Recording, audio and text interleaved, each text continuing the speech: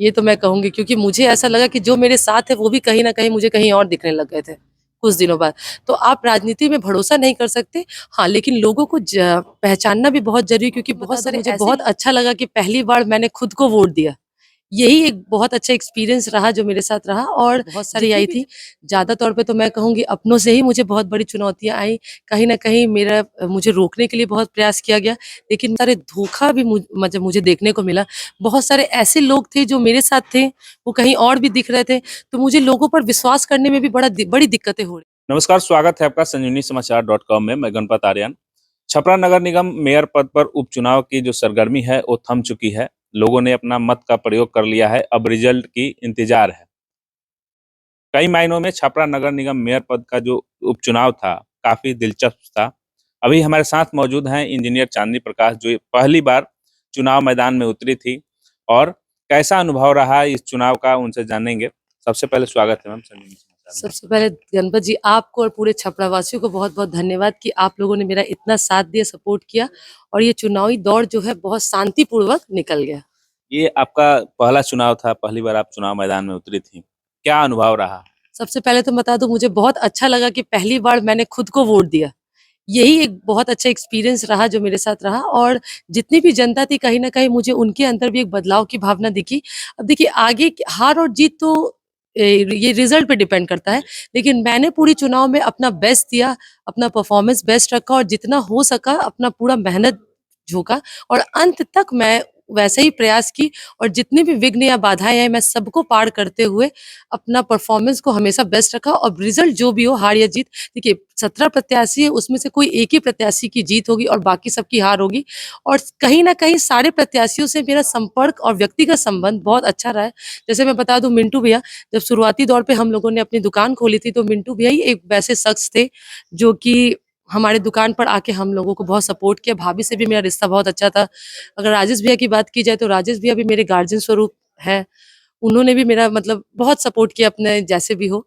और उसके बाद अगर आप देखें कि लक्ष्मी भैया तो लक्ष्मी भैया को भी अगर देखा जाए तो मेरे हस्बैंड के बहुत अच्छे मित्र हैं। अगर वो दुकान के बाहर आ जाते हैं तो मेरे हस्बैंड उन्हें खुद दुकान के अंदर लाने के लिए बाहर निकलते हैं। तो कहीं न कहीं व्यक्तिगत संबंध अगर देखिएगा तो मेरे सारे प्रत्याशियों से ही अच्छा रहा है। लेकिन जैसे कि आप जानते हैं कोई एक एग्ज़ाम रहता है जिसमें 17 कंटेस्टेंट हैं, तो कहीं न कहीं वो आपके कॉम्पिटिटर बन जाते हैं। लेकिन अब 22 तारीख बीत गया है तो मुझे लगता है कि अब सब वैसे ही नॉर्मल हो जाएगा और सब अच्छा है। हार या जीत किसी एक की होगी तो जिसकी भी हो हम लोग उसका वेलकम करेंगे और बाकी सब हम लोग के लिए अब जैसा था पहले अब वैसा हो गया। चुनौतियाँ क्या आई इस दौरान जो? चुनौतियाँ अगर देखी जाए तो बहुत सारी आई थी। ज़्यादा तौर पे तो मैं कहूँगी अपनों से ही मुझे बहुत बड़ी चुनौतियाँ आई। कहीं न कहीं मुझे रोकने के लिए बहुत प्रयास किया गया, लेकिन मैंने कहीं भी अपने आप को रोकना ज़रूरी नहीं समझा और मैं निरंतर अपना कार्य करती गई, आगे बढ़ती गई और अंत तक चुनावी दिन तक मैं लास्ट तक जितना हो सका बूथ वगैरह जाके जितना हो सका मैं अपनी तरफ से करती रही। पहली चुनौती तो सबसे पहले यही मुझे देखने को मिली कि मेरे परिवार का मेरे साथ ना होना। मेरे हस्बैंड का कहना था कि ऐसा नहीं होगा चांदनी, मेरा परिवार हमेशा मेरे साथ है, भरोसा रखो। वो लोग कहीं न कहीं साथ हो लेकिन मुझे लगता है अब उनकी आँखें खुल गईं कि उनका परिवार एक्चुअल में उनके साथ नहीं था। लेकिन मेरी तरफ से अगर आप देखिएगा तो मैंने कभी भी अपने परिवार की शिकायत कहीं भी नहीं की। मैं पूरा छपरा घूमी, लेकिन मेरे मुँह से अपने परिवार के खिलाफ कुछ भी नहीं निकला और आगे भी नहीं निकलेगा। तीसरा अगर आप सबसे दुःख की बात की जाए सोशल मीडिया पे वैसा बयान करना, तो मैंने पहले भी कहा था कि जो घर की चीज़ें होती हैं घर में सॉल्व कर लेनी चाहिए। लेकिन उन्होंने इस चीज़ को मीडिया में ला दिया तो उससे मुझे जब मैं लोगों से मिलती थी तो मुझे इसका सामना करना पड़ता था, बहुत सारे सवाल का जवाब देना पड़ता था। तो ये सब चीज़ें थी जो मुझे बहुत सारी दिक्कतें पैदा की जिसको क्लेरिफ़ाई करने के लिए मुझे वहाँ पे ज़्यादा समय देना पड़ रहा था। और ये कहीं न कहीं मुझे ऐसा लग रहा था कि मेरे पैर खींचने के लिए था, चाहे मुझे रोकने के लिए था, लेकिन मैंने अपना पूरा प्रयास दिया। ये छपरा की जनता जानती है कि मैंने एक दिन भी रेस्ट ना करके पूरे दिन सुबह से लेके रात तक जो मैं फ़ील्ड में निकलती थी, वो लगातार निकलती रहती थी। लोगों के बीच जाके उन्हें समझाती रहती थी कि छपरा में सही लोग का आना कितना ज़रूरी है, पढ़े-लिखे लोग का आना कितना ज़रूरी है। जितना हो सका मैं अपने तौर पे पूरा प्रयास किया। मैंने अपना 100% दिया। एग्ज़ाम का प्रिपरेशन एग्ज़ाम के दिन तक होता है, तो एग्ज़ाम तो मैंने दे दिया। अब रिज़ल्ट जो भी निकले, वो जनता के ऊपर है। वो मतलब मैंने अपना बेस्ट दिया। अब जो भी अंजाम आए क्योंकि जीतता तो एक ही है। बाकी सारे प्रत्याशी को भी मैं कहूँगी कि आप लोग अपना मनोबल डाउन ना करें, आगे भी बढ़ते रहें। चाहे वो जो भी हो, बस हमें आगे बढ़ते रहना और अपना बेस्ट देते रहना। कल कल मतदान हुआ, मतदान के दौरान भी आप फील्ड में घूमे। फील्ड का कैसा अनुभव रहा मतदान देखिए, के दौरान? फ़ील्ड का अनुभव तो मुझे जो देखने को मिला कि वोटिंग परसेंटेज बहुत ही कम था। अब उसका कारण आप ठंड भी बोल सकते हैं या तो कहीं न कहीं जो हमारे रामलला की जो प्राण प्रतिष्ठा हो रही थी उसकी वजह से भी हो सकता है।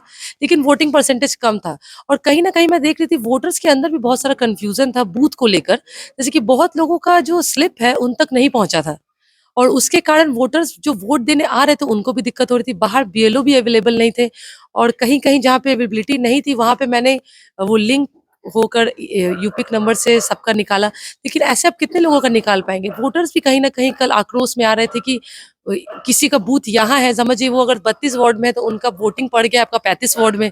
तो ये सब सारी दिक्कतें कल बहुत लोगों के अंदर मुझे देखने को मिली जिससे लोग परेशान थे और इस भी कारण से बहुत लोग हार के बोले कि बैक अब इतना दूर जाना पड़ेगा तो अब क्या ही वोट दूँ, तो वापस लौट जा रहे थे बूथ से। तो ये सब सारी दिक्कतें थी और समझिए अगर किसी एक प्रत्याशी का कोई मिसमैनेजमेंट हुआ, लेकिन सारे प्रत्याशी का पुर्जा लोगों तक न पहुँचना, ये बहुत ही मतलब एक ऐसा विषय था जो मुझे लगा कि लोगों को कल बहुत डिस्टर्ब किया है। वो भी एक कारण हो सकता है वोटिंग परसेंटेज का लो होना। ये लगता है मतलब प्रशासन का उदासीनता है। अब ये देखिए, ये मैं किसी पर तो पॉइंट आउट नहीं कर सकती, लेकिन ये मिस्टेक है, क्योंकि अगर 30 नंबर वार्ड के लोग को अगर 33 नंबर वार्ड में जाके वोट देना पड़ेगा, तो कहीं न कहीं देखिए, हर लोगों के पास हर चीज़ की सुविधा नहीं होती। जिसके पास गाड़ी या बाइक है, वो तो ईज़िली चले जा रहे हैं। लेकिन कोई अपना पैसा लगा के कोई वोटिंग करने जल्दी जाता नहीं है और वो भी ठंड के मौसम में। तो ये कहीं न कहीं कोई दिक्कत था, जिसकी वजह से लोगों का परसेंटेज भी वोटिंग परसेंटेज डाउन हुआ है। इसमें इस चुनाव में जो है खासकर जाति मायने रखती है। तो आपको क्या लगे इस चुनाव में जातीय समीकरण का फ़ायदा आपको मिल रहा है? क्या उसका देखिए, जातीय समीकरण इसमें क्या हुआ ना, ये मुझे भी जाति के बारे में इतना आइडिया नहीं था। जब मैं इस चुनाव को मैं तो पहली बार चुनाव लड़ रही हूँ और हम लोगों के यहाँ जाति इतनी उपजातियाँ होती, ये भी जाति होती, इसका अनुभव ही नहीं था हम लोग को। लेकिन यहाँ आने के बाद मुझे सब कुछ देखने को मिला कि कहीं न कहीं आपका हो रहा था वो गोलबंद, लेकिन मैं इन सब चीज़ों से ऊपर उठ के अपना अभियान चलाती थी। मैं सिर्फ़ और सिर्फ़ विकास की बात करती थी और विकास से रिलेटेड ही जो छपरा की बात हो, वही करती थी, क्योंकि देखिए छपरा में एक्चुअल में अब विकास की ज़रूरत है। क्योंकि अगर आप अन्य शहरों को देखते हैं, तो वो आज 5G, 7G, 8G पे पहुँच चुका है और छपरा हमारा आज भी बुनियादी चीज़ों से तरस रहा है। यहाँ के लोग को आज भी बुनियादी चीज़ें नहीं मिली है, तो सबसे ज़रूरी है कि छपरा की जनता को बुनियादी चीज़ें मिले और छपरा का विकास हो। मेरा यही मुद्दा था और मैं इसी को लेकर आगे बढ़ी थी। अब कल रिजल्ट आने वाला है 24 जनवरी को सभी प्रत्याशियों का दिल की धड़कनें बढ़ी है। हाँ, देखिए दिल की धड़कन तो बढ़ी है, कहीं न कहीं मेरे अंदर भी नर्वसनेस है, लेकिन मैं कभी भी कोई चीज़ का माने अंजाम क्या होगा वो जानकर मैं कभी भी लड़ाई में नहीं आई थी। क्योंकि देखिए जब तक आप लड़िएगा नहीं, तो आपको पता कैसे चलेगा कि आपका स्टेज क्या है, और हार या जीत के डर से आप कहीं बैठ जाएँ, चाहे रुक जाएँ, तो ये भी संभव नहीं है। सपोज़ आप एग्ज़ाम्पल ही ले लीजिए कि समझिए कोई एक रिक्शा वाला है, वो सोचते रह जाए कि अगर आज हम बाहर निकलते हैं ठंड के दिन में, अगर मुझे कोई सवारी नहीं मिलेगी तो क्या होगा? अगर वो यह सोच के घर से ही ना निकले, तो उसे सवारी कहाँ से मिलेगी? तो हमें कोई भी चीज़ पाने के लिए लड़ना तो होगा। अब लड़ाई करते वक़्त आपको बहुत सारी कठिनाइयाँ भी आएगी।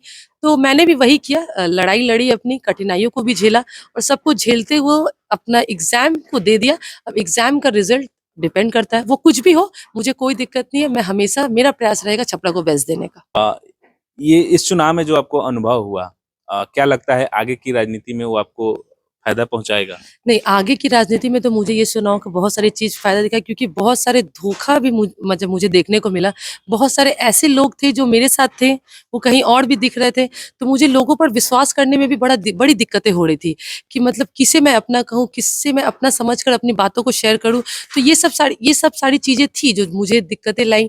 फिर उसके बाद ऐसा लग रहा था कि अगर मैं किसी को कोई बात कह देती हूँ, तो वो कहीं बाहर जाकर लीक ना हो जाए। तो ये सब चीज़ का एक्सपीरियंस मिल गया है और धोखा भी बहुत हुआ है। तो ऐसे आप कह सकते हैं कहीं न कहीं एक्सपीरियंस ही गैदर हुआ और कहीं न कहीं और बोल्डनेस मेरे अंदर आया है कि ये सब चीज़ें होती हैं चुनाव में। तो आगे के तौर पर तो मुझे लगता है कि मेरे लिए चुनाव लड़ना और आसान हो जाएगा, क्योंकि जो मेन चीज़ें, जो दिक्कतें आती हैं छपरा के कोई भी चुनाव में, वो मुझे उसकी जानकारी हो गई है। तो आगे अनुभव मेरा बढ़ गया है। तो ये सब चीज़ मुझे आगे जाके फ़ायदा करेगी। क्या लगता है राजनीति में किसी पे भरोसा करना संभव है या असंभव है? असंभव है। ये तो मैं कहूँगी, क्योंकि मुझे ऐसा लगा कि जो मेरे साथ है वो भी कहीं न कहीं मुझे कहीं और दिखने लग गए थे, कुछ दिनों बाद। तो आप राजनीति में भरोसा नहीं कर सकते। हाँ, लेकिन लोगों को पहचानना भी बहुत ज़रूरी है, क्योंकि बहुत सारे ऐसे लोग भी हैं जो आपकी मदद करना चाहते हैं, लेकिन आपकी ये जो असमंजस है कि वो सही है या गलत, उन कारणों से वो आप तक पहुँच भी नहीं पा रहे थे। तो बहुत सारी ऐसी चीज़ों को मैंने देखा तो वो सब चीज़ नो डाउट अब मेरे को भी लोगों को पहचानने में भी बहुत आसानी हो जाएगी और मैं भी जल्दी किसी पे भरोसा नहीं करूँगी और जितनी भी चीज़ों को मैंने इससे सीखा है वो आगे कहीं न कहीं एज़ एक्सपीरियंस मैं उसको आगे इस्तेमाल करूँगी। बहुत-बहुत धन्यवाद। बहुत-बहुत धन्यवाद आपको भी।